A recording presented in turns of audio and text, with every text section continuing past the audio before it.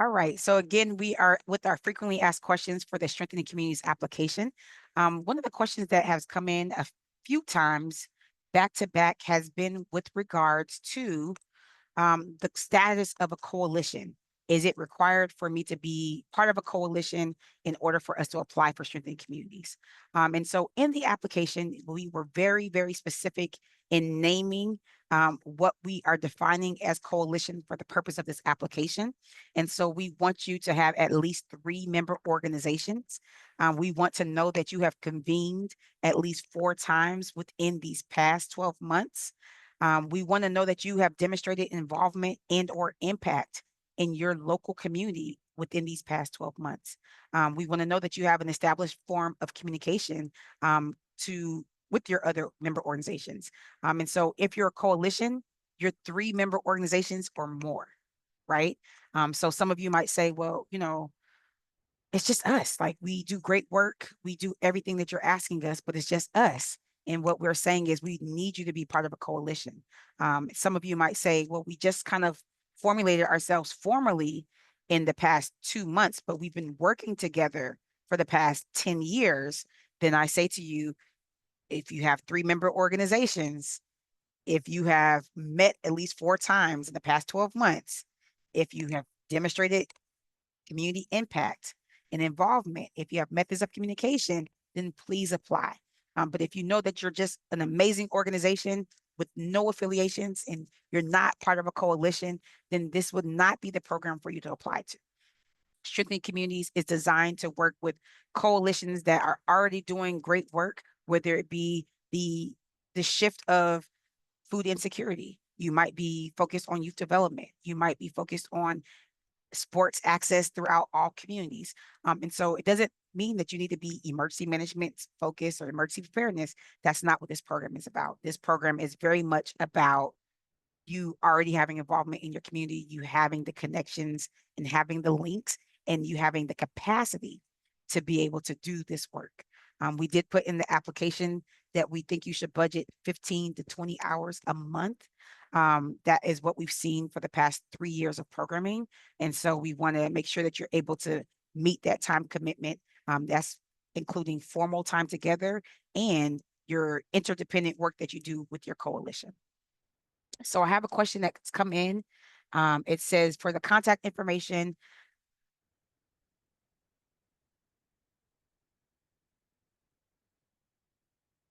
yes, okay. So they're asking for the contact information within the application. Can 2 of the contacts, that 2 additional contacts be listed, be part of the same organization that's representing the greater coalition? And the answer is yes. Excuse me. We have anticipated that you more than likely are the lead organization of a coalition. And so it may be that you're going to be the key folks attending the trainings, helping organize the work, and on the back end, what we don't get to see, you're communicating to your member organizations what's happening as well. So absolutely, you don't have to have a contact listed from every member organization in your group.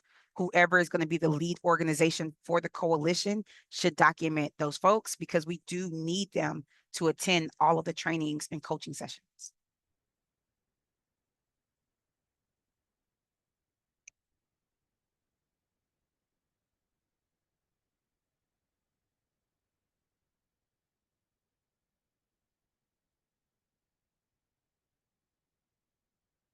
And I'm seeing another question, and someone's just asking, is this programming for 5 months and that's it? And no, the answer is no.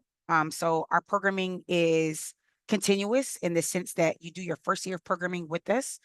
So that's going to be a very intensive 5 months, January on through June. The actual training begins February, whereas the orientation's in January. After you do your first year of programming, we shift to sustainment programming. And that is when you get to then kind of like infuse the culture of preparedness throughout the neighborhoods that you're working in, and the neighborhoods that you already have impact in. This is when you begin to socialize the work that you've done with your member organizations.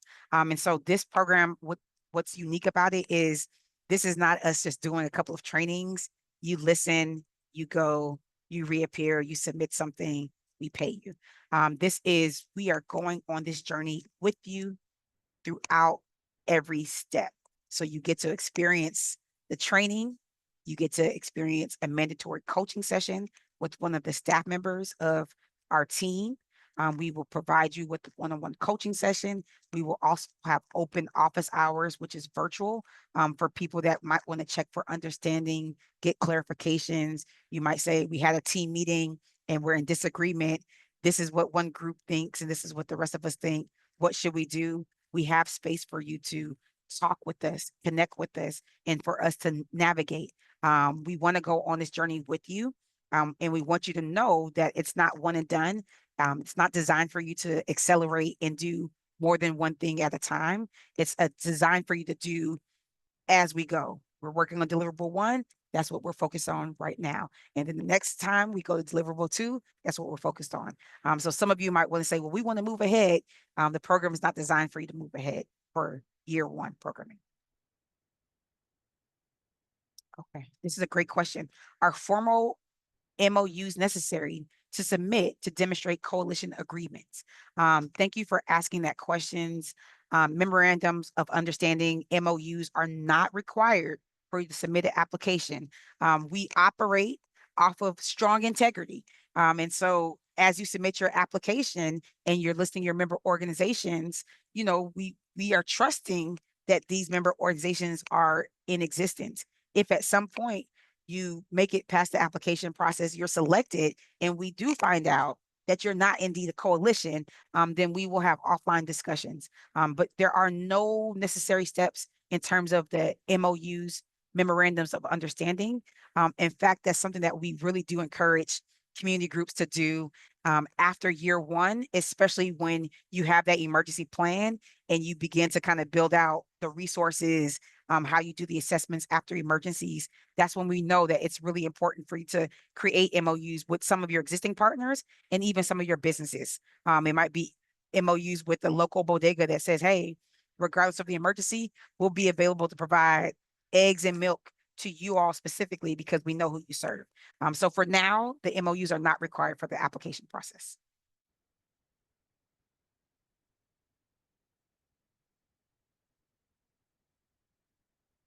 You're more than welcome.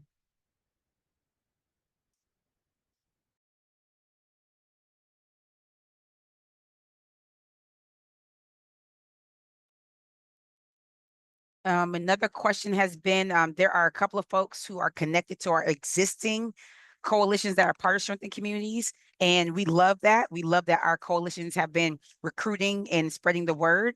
They are not able to be part of your application process, meaning if they already have done year 1 with us and they're part of cohort 1, 2, or 3, they cannot apply with you and be part of your cohort as well. So be mindful of that. They could be listed as a member organization, but they can't be listed as the primary contacts that's going to be doing the work that you've been doing and that you're required to do year 1.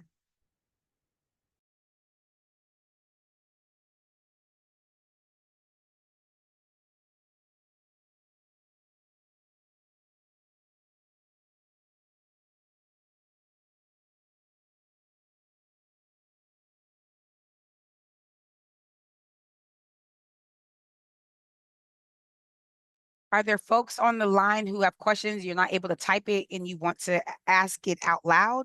If you virtually raise your hand, I will unmute you for you to ask that question.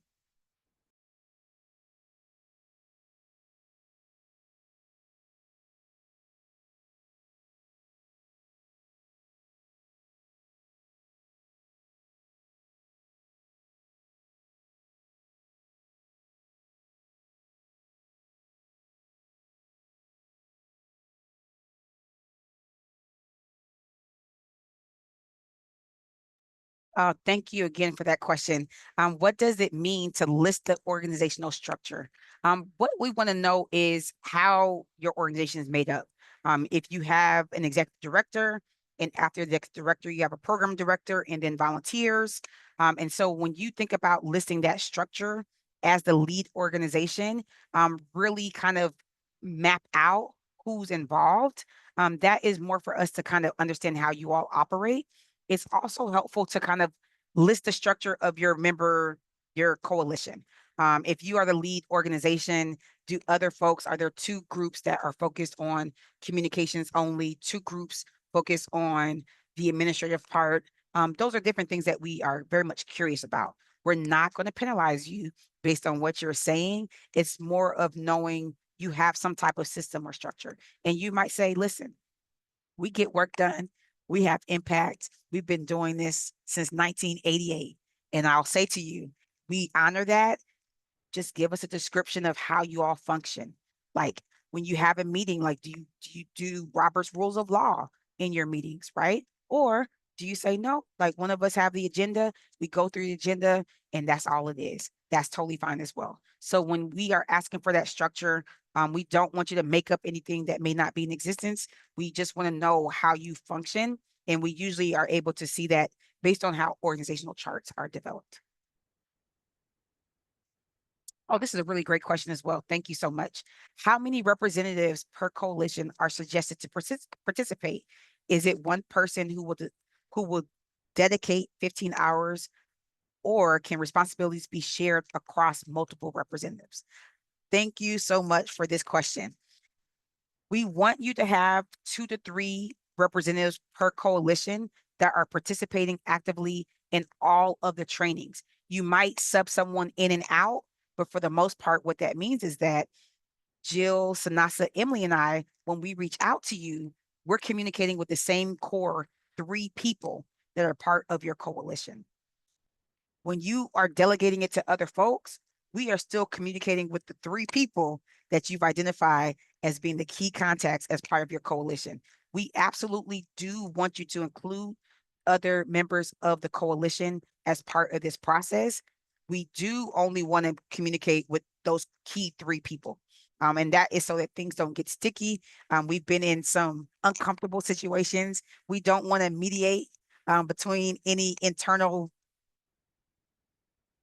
conflict that may occur. That's not our role. And so we want whoever you document as the key contacts, those are the people that are going to be getting the emails all the time. Those are the people that we're going to phone call and or text reminders or saying, hey, we haven't scheduled the coaching session yet. And so we want you to involve other folks. If you want to bring other folks to the training, that's absolutely okay. We're going to be looking for those key 3 people that you list. And then you'll also reach out to us and say, hey, Mariah, I know that you're used to me being at all the trainings. I won't make it this week.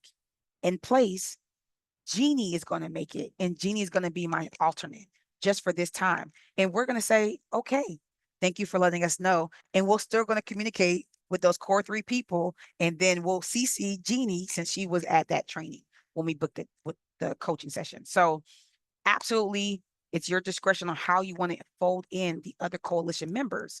But what's really critical is that we want to be in contact with the key contacts. We do not have the capacity to try to say, oh, wait, is it Jeannie? Is it Mariah? Is it Jesse? Is it Sue?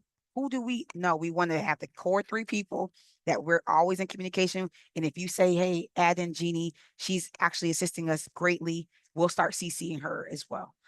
So that's how we do it. Thank you for that question. The person who is dedicating the 15 hours to 20 hours a month, it's those key people that are submitting. So when you submit the deliverable, when we submit the ratings and the notes, it's the contacts that you said as your core contacts. And if you say, well, Jeannie did it, we're still contacting you because you're our key contact, right? So when we have that discussion, we're going to expect, even though Jeannie submitted it, we're going to expect you to be part of it as well, right? Because you're the key contact that listed in the application. You've been part of the process. So that 15-hour commitment, what it looks and feels like is the trainings that we have once a month is 1 hour. The coaching session that you'll have with one of us as staff members is going to be about 1 hour. So that's 2 hours right there. The open office hours that we offer can add up to about 3 hours. It's optional, but then just the powerful think time that you have, that can be about 10 hours. Some of you are going to move really fast. Some of you are going to move very cautiously. So when we say that 15 hours, we're not adding up and saying, oh, you've only put in 5 hours for this deliverable. That's not what we're doing. We're just saying we notice on average, it's about a 15-hour commitment a month. And that includes that work time that you have as a core team. And then if you also decide to meet with the greater coalition, that's why we budget that time. And I saw somebody make mention, I know I talked about the Roberts Rule of Laws. And for those who don't know, it's a system of structures of how to navigate meetings, voting. It involves a parliamentarian, all these different complexities, but many organizations do utilize it to keep things formal and to keep things moving. Are there other questions that people may have?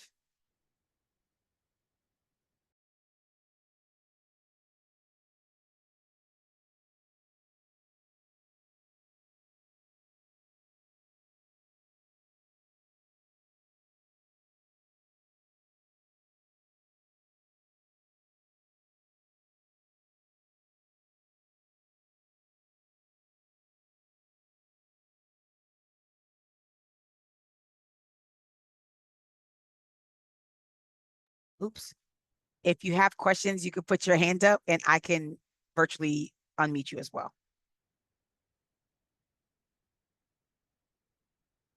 Okay, this is a good question. Can your community be a group of people who might have developmental disabilities throughout an area within a couple of zip codes?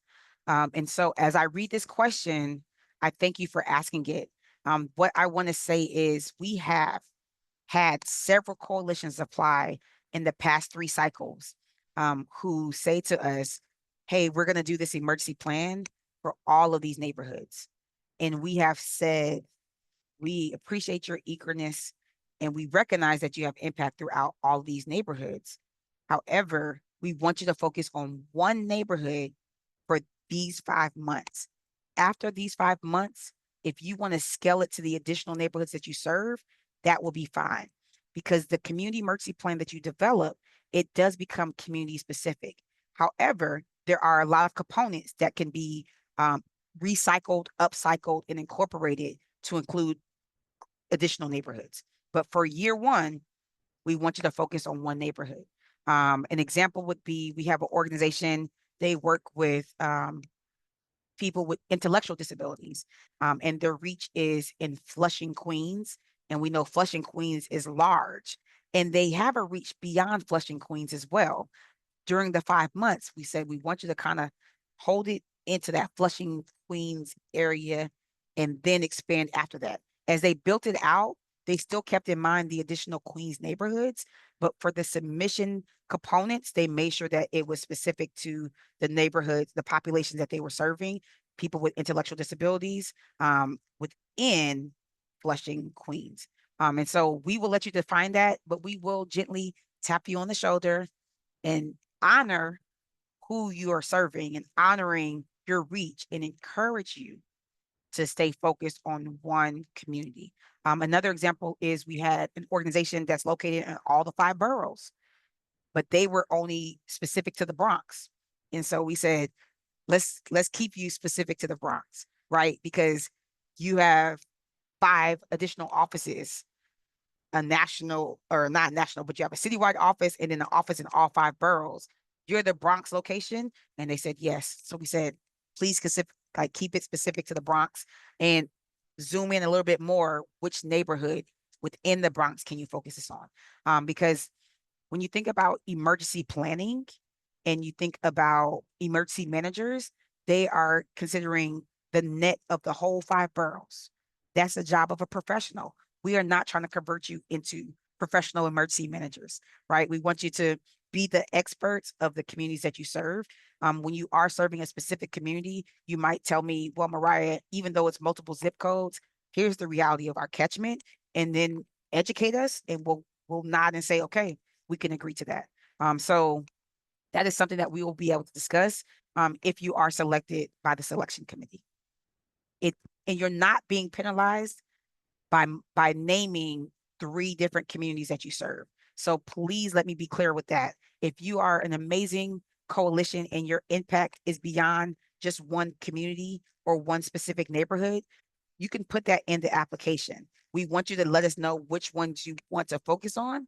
And if you are selected by the selection committee, there may be follow-up conversations that we have offline before we even have orientation. We might say, hey, by this date, we need you to tell us where you're going to zoom and focus in on for these next 5 months. So you will not be penalized by listing multiple community or neighborhood catchments of your group and coalition.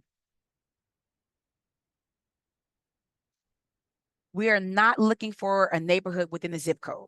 So we have been very ambiguous intentionally when we say community, because you may define community as 163rd and Simpson Street in this small little block. That's the community that we serve. And we're going to say, okay. And that's it. So if somebody else applies and they have Banana Kelly section, and it might touch a little bit of that 163rd and Simpson, there's no conflict. We're not going to say, oh, we got to choose this group over that group. So we are keeping it ambiguous. We're not looking at neighborhoods in terms of zip codes. If you submit based on a zip code, that's fine. What we want to do is we want you to name the community, though. We don't want you to say 10459. Like, name it. Like, is it Banana Kelly? Is it Hunts Point? Is it this neighborhood right here with these 3 housing facilities? Name it to us, right? Because that helps us know that you have a narrow, focused group that you provide services for.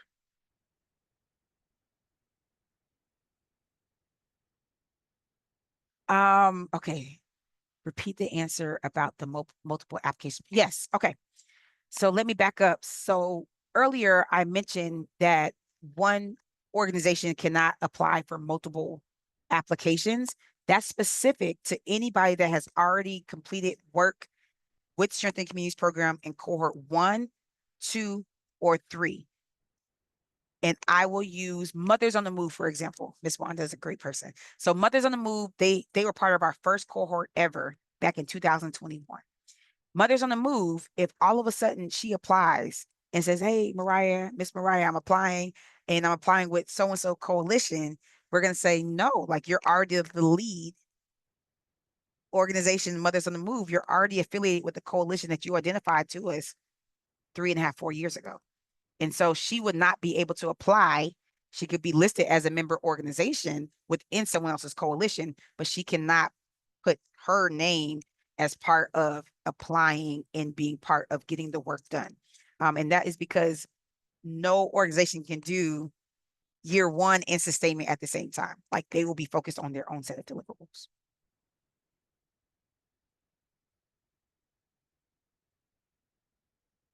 Okay. And then on the reverse, I see the other part of your question. Thank you for that. The reverse side is, can one organization apply more than once for cohort 4 for 2 different or 3 different coalition groups that they're affiliated with? And my answer is going to be yes, because you're listing, let's just say the Washington Coalition is going to be application number 1. And in that, it's going to be the SANASA organization that's affiliated. Your second application might be Emergency Services of Greater Bronx. And again, in that, it's going to be the SANASA organization. And then your third application might be, I'm running out of ideas, so I'll just say the New York Liberty for the Community Coalition. And then the SANASA organization is going to be affiliated to that. Yes. Can we accept all 3? No. We could not accept all 3 at the same time. If you can't be the lead organization for 3 different coalitions, and if they all get accepted. So for that, we just say, be mindful. And I'm going to unmute. I see a hand up, so I want to honor that. And I'm going to take a water break as well. Hi, sorry, this is Amy from NIDC, and I apologize I'm taking time on this because you just kind of answered, but I just want to triple million time check that I understand in that. So my organization, NIDC, runs 2 different coalitions that work on different projects for different reasons, different member organizations in different neighborhoods. And what I think that you're saying is we could apply for both of those coalitions, but we could only get a maximum of one award. Am I understanding that correctly? Correct. That's how we are describing it. Part of this is that within the application, we break it down a little bit more. We use language of hyperlocal coalitions because we want to go back to the grassroots. And so the work that your organization is doing, you're already organizing other groups. And so the positive challenge will be, are you going to be the fiscal sponsor? If you could be the fiscal sponsor for both of those applications and say, well, it's going to be the Washington organization and the Liberty organization that's going to be leading for this coalition and that. So that's different. If you're like, we organize, but we're just going to be the fiscal sponsor, but they are going to be doing the work, that's different than you saying you're going to be the lead organization for both of the applications. Okay, I almost kind of understand that. And in that vein, what if we were the lead organization for one and the fiscal for the other? Would that work? Yes, that could work. But you would have to put that in your application because Understood. there's space for that to be put. Okay, and when I get very, very confused, is there a place that I can email and just make sure that I'm clear again? Yes, I'll drop the email for others that are there. It's community prep. That's COMMUNITYPREP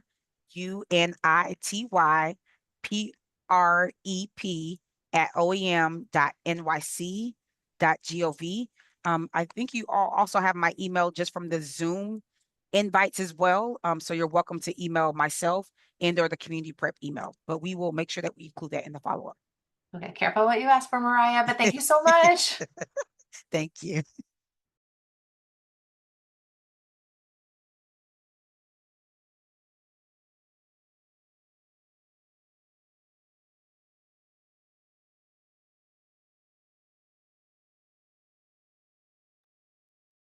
Okay, I see this question. Are there any cases where two groups that have been working together towards the goal of strengthening communities can be considered as a coalition? And my interpretation of it might not be right.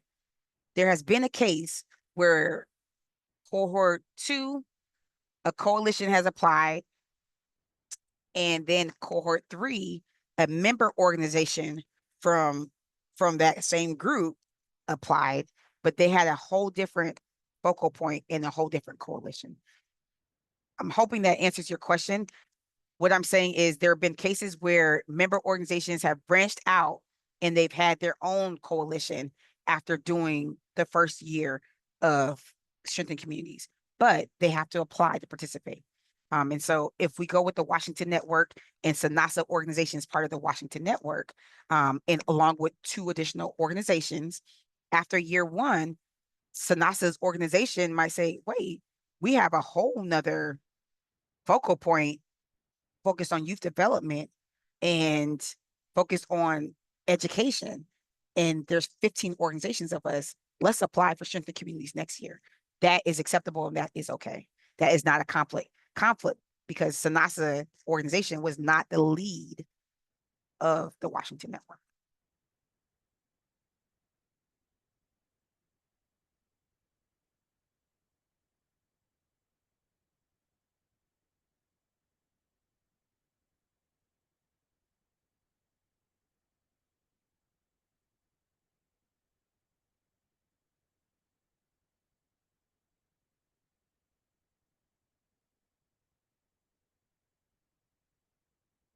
Okay. And no apologies needed for your questions. Thank you for these questions. Is it okay for a coalition to consist of both nonprofit and for-profit entities?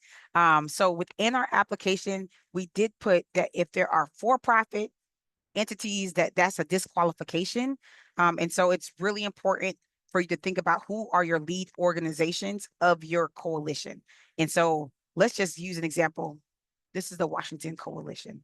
Let's say Washington Coalition has 7 different member organizations, and one of them happened to be, try not to get into legal trouble, the Stapler Sneaker Company. The Stapler Sneaker Company is clearly a for-profit group, but the Stapler Sneaker Company cannot be the lead in the Washington Network. And so you're not going to be penalized if your coalition has a for-profit entity involved, but that for-profit entity cannot be listed as any of your key contacts, and they cannot be the lead organization of that coalition. The next question is a very great question, and I thank you for asking this. Are there any requirements or restrictions around how the $40,000 is shared across the participating organizations? And so we are striving to keep our hands clean. Once we give you these unrestricted funds, it is your discretion on how you are distributing it within your coalition. That's why it's important for you to really think about who you're applying for as a coalition. If that is something that we won't ever agree, then I would say, what else will you be able to agree on? And so we will not have any say on how you divide the monies. When we first started programming, we did have a say, and we said that whoever's the lead organizer in submitting deliverables gets 50%, and then the coalition gets the other 50%. And some of the partners spoke to me. They said, Miss Mariah, that's not equitable because the whole coalition is part of the work. Like, and here's examples, and it's just not right. And I took heed to that reflection, that feedback, and we said, let's not make the decision. Let's let the coalitions decide. So we have no say in how you choose to divvy up the monies throughout your member organizations. Sometimes people say, we just keep it because we do things collectively.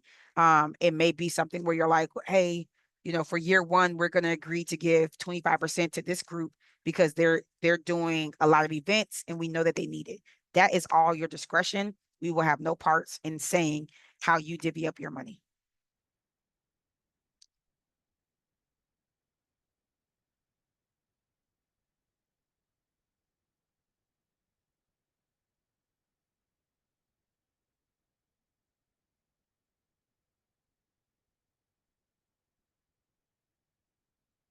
And I see the hand, and you can unmute yourself.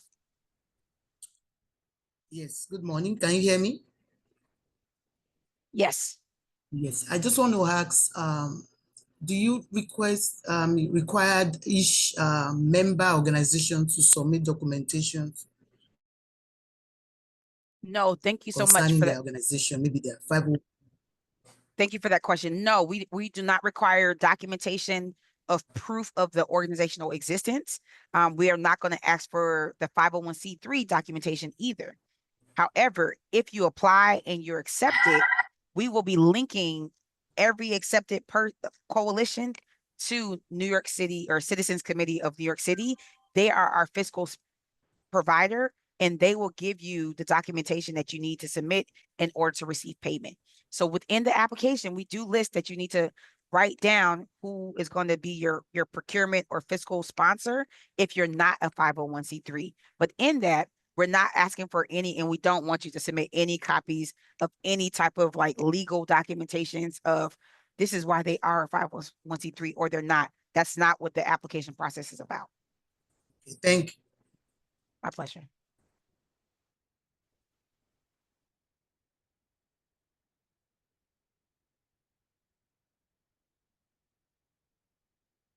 I'm going to pause if are there additional questions? I'm grateful for all of you being here.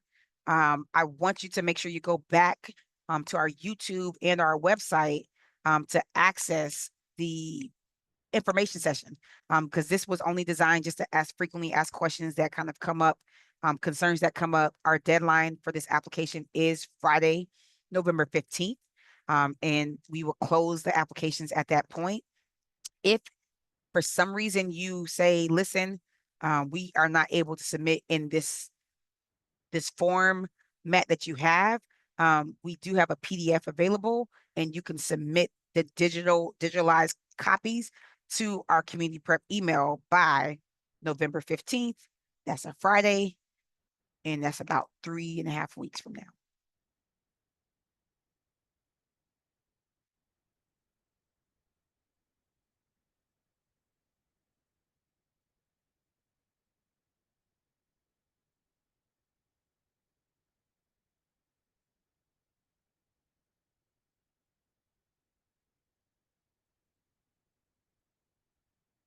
Okay. So I'm double checking the chats and it looks like we're good on all the questions. Again, for every member organization that you list, you do not have to provide documentation of their 501c3 status. All we're asking within the application is who will be responsible for receiving the finances. In that case, if you're not a 501c3, you'll need that fiscal sponsor. And we break that definition down within the application. That's someone that you have a trusted relationship with that will submit their documentation when the time is right to receive payments. Payments for all deliverables are made at the end of programming. And so you go through the journey, and then at the end, we give the submission of $40,000 to your coalition. Unrestricted, you use it how you choose.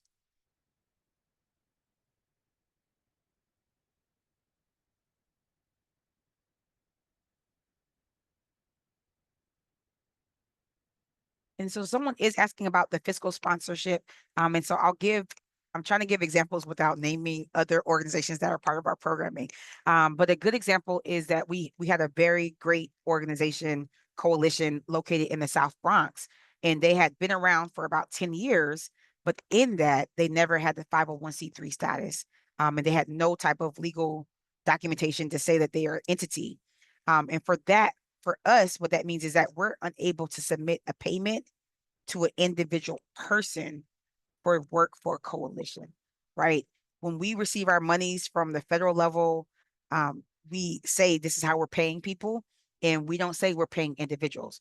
We say that we're paying local organizations. And so that South Bronx organization and group, what they end up doing was they tapped somebody else who they knew had a 501c3 status, who they were in great partnership with already, and they listed them, and that's how the monies came. The monies would go directly to that organization that's affiliated with them, and then they would get the monies from that person.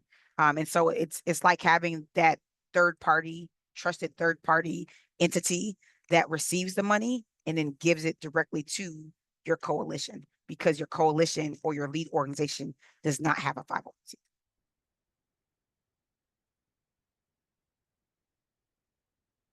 Yes, and you can on the application, we ask about the fiscal sponsorship piece. We just list who will be the recipient of the money. When we get to that point, that will be on New York City or Citizens Committee of New York City. They will navigate that process. We do not manage that financial process.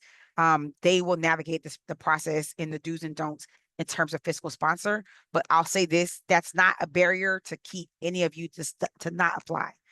If you're a coalition, you're doing great work within these 5 boroughs of New York City, we need and want you to apply. And if you're like, well, we don't know about the fiscal sponsorship, identify within your member organizations, surely someone has a 501c3, still apply. If you still have questions, you can reach out.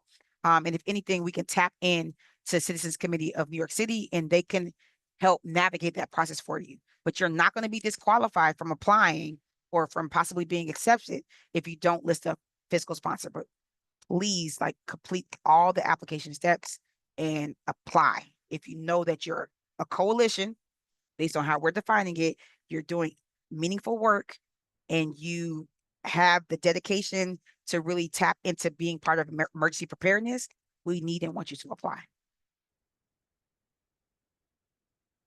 A fiscal sponsor can absolutely be one of the member organizations within your coalition. Yes.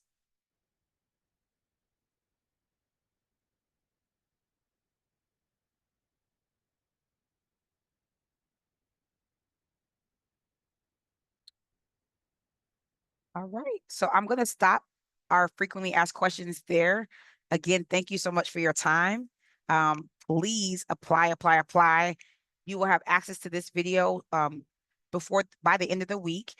We also encourage you just to kind of watch through the information sessions. A lot of key questions about the program are answered there. If after you've kind of reflected through the info session and this frequently asked question sessions, if you still have remaining questions, do not hesitate to email, and let me make sure I drop this in the chat as well.